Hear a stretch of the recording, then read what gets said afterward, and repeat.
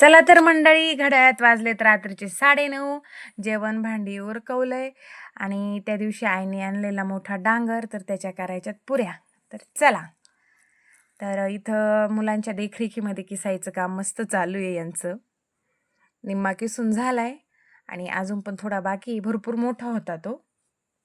आणि आम्हाला खूप आवडतात घाऱ्या, त्यामुळं आम्ही आता सगळ्या करून टाकणार आहे एकदमच. तर इथं पण मी गूळ घेतलाय बारीक करायला. असा एकदम बारीकच करते, फोडून नाही टाकत, कारण त्याच्या लय गाठी वगैरे राहतात, मग तो लय प्रॉब्लेम येतो त्यात शिजायला.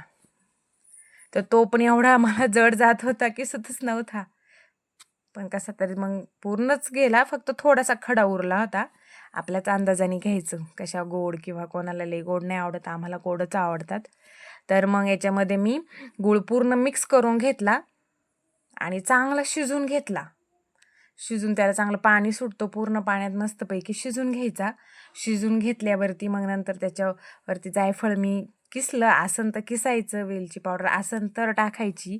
मी फक्त होता आता माझ्याकडे जायफळ म्हणून किसलं, नाही किसलं तरी छान होतं. तर मग पहा, असा मस्तपैकी शिजला होता भोपळा. आणि शिजल्यावरती मग तो थंड पडण्यासाठी मी मोठी परात घेतली आणि त्याच्यावर पूर्णपणे असा पसरून ठेवला, कारण पूर्ण थंड झाल्यावरतीच आपल्याला त्याच्यामध्ये गव्हाचं पीठ मिक्स करता येतं, कारण गरम याच्यात नाही करता येत. आणि जरी केलं तर मग पीठ खूप लागतं असं म्हणतात, कारण मी अजूनपर्यंत थंड याच्यातच केलं आहे मिक्स. तर सईची लगेच तयारी होती, प्लेट घेऊन मला खायला दे. खाल्लं तिने पण, छान लागतं तसा गोड नुसता खायला पण.